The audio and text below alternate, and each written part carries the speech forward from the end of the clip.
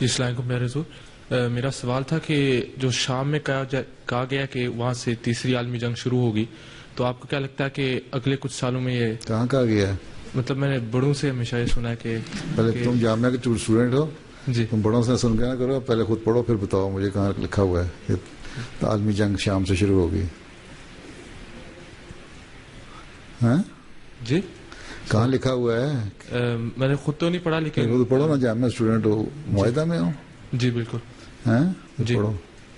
خلیفہ مجید ثانی کے پاس جو بعض جامعہ کے اسٹوڈنٹ آتے سوال کرتے تھے نا، تو ان کو وہ کہا کرتے تم جامعہ اسٹوڈنٹ ہو، تم قرآن شریف کی تفسیر کے اوپر غور خود کرو اور خود پوائنٹ نکالو، پھر میرے سے ڈسکس کرو آ کے، اور خود پہلے سوچو کہ کیا اس کا حل ہے، پھر بات کرو. تم نے تو اصل بات کوئی نہیں پڑھا تھا، تو سنائی باتیں کر رہے ہو. جامعہ اسٹوڈنٹ کو تو اپنا علم کو بڑھانے کی کوشش کرنی چاہیے خود پڑھ کے پہلے. ٹھیک ہے. وہ پیر صاحب اس کے حوالے سے تذکرے میں جو دوسرا حصہ ہے اس میں جو مین حصہ تذکرہ اس میں نہیں ہے، دوسرے حصے میں ہے نا.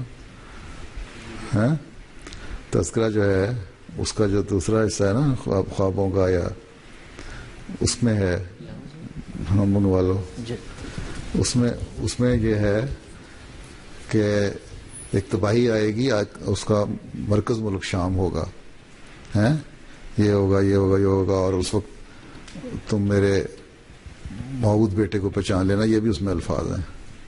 ٹھیک ہے. اس کا مطلب اس میں جماعت میں بھی کوئی کرائسس ہوگا اس زمانے میں.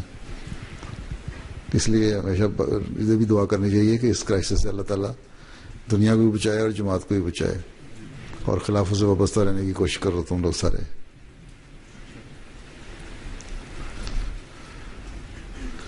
تو میں اس لیے تم سنائی بات کر رہے ہیں، اس لیے تم لوگوں کے علم کے لیے میں منگوا کے بھی پڑھوا دیتا ہوں تم اصل کیا ہے.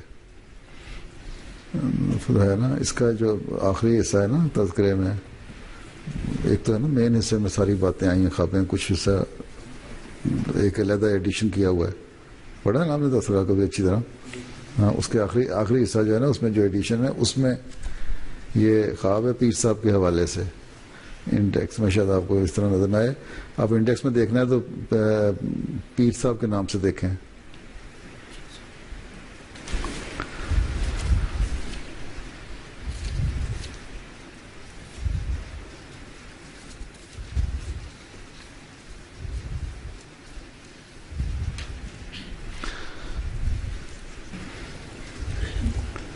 کیوں ملا؟ ہاں مجھے نہیں مل سکا. نیچے آخری حصے میں دیکھیں، آخری حصے میں انڈیکس میں دیکھ رہے ہیں. پیر صاحب سراج الحق نعمانی. ہاں پیر صاحب، ہاں پیر سراج الحق صاحب ہی ہیں میرا خیال ہے. پیر نہیں، وہ ان کے ساتھ کچھ اور بھی لگتا تھا. ہاں صاحبزادہ صاحب، ہاں صاحبزادہ صاحب کے نام سے ہے.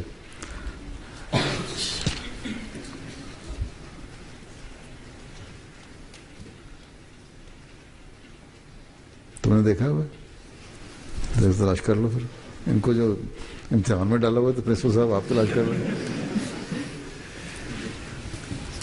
یہ لے جاؤ تذکرہ ان کو دیکھنے دو، یہ پڑھیں کئی تذکرے لے جاؤ. اس میں نہیں ہے؟ چلو ٹھیک ہے تو اس میں بھی ویسے میرے پاس اینک نہیں ہے، نہیں تو میں دیکھ لیتا. ایک آدمی گیا ڈاکٹر صاحب کے پاس، ڈاکٹر صاحب مجھے پڑھنے کی اینک چاہیے. انہوں نے ایک اینک لگائی، شیشہ لگایا، دوسرا لگایا، تیسرا لگایا، ہر تو کہتا نہیں مجھ سے نہیں پڑھا جا رہا. اگر سارے شیشے جب نے گلاس لگا کے دیکھ لیے تو ڈاکٹر نے پوچھا کہ تمہیں پڑھنا بھی آتا ہے کہ نہیں؟ تو کہتا ہے کہ مجھے پڑھنا آتا ہو تو اینک لگوانے کیوں آیا تھا؟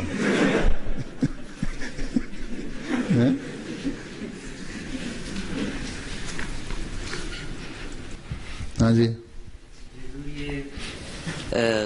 صاحبزادہ پیر سراج الحق صاحب نعمانی کی روایت ہے تذکرۃ المہدی کی کہ ایک دفعہ حضرت مسیح موعود علیہ السلام نے فرمایا، خدا نے مجھے خبر دی ہے کہ ہمارے سلسلے میں بھی سخت تفرقہ پڑے گا اور فتنہ انداز اور ہوا و ہوس کے بندے جدا ہو جائیں گے.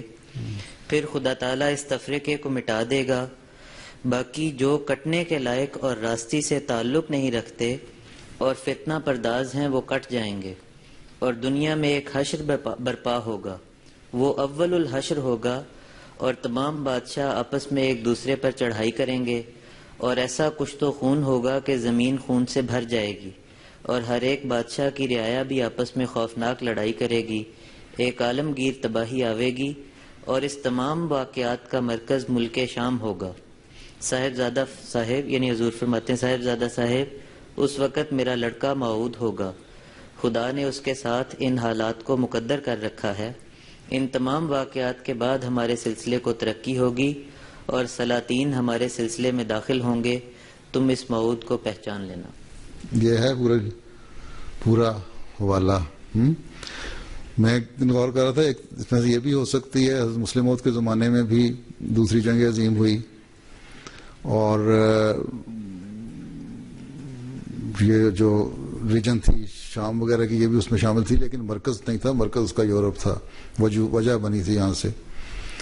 تو آئندہ اس لیے ہمیں خوف زدہ رہنا چاہیے ہمیشہ، اور خوف زدہ سے مراد ہے دعا کرنی چاہیے، اللہ تعالیٰ کا خوف ہونا چاہیے کہ جماعت کے اندر، جیسا کہ میں پہلے کہا تھا تمہیں، کہ جماعت کے اندر بھی فتنہ فساد سے جماعت بچی رہے اور دنیا بھی آفت اور تباہی سے بچی رہے.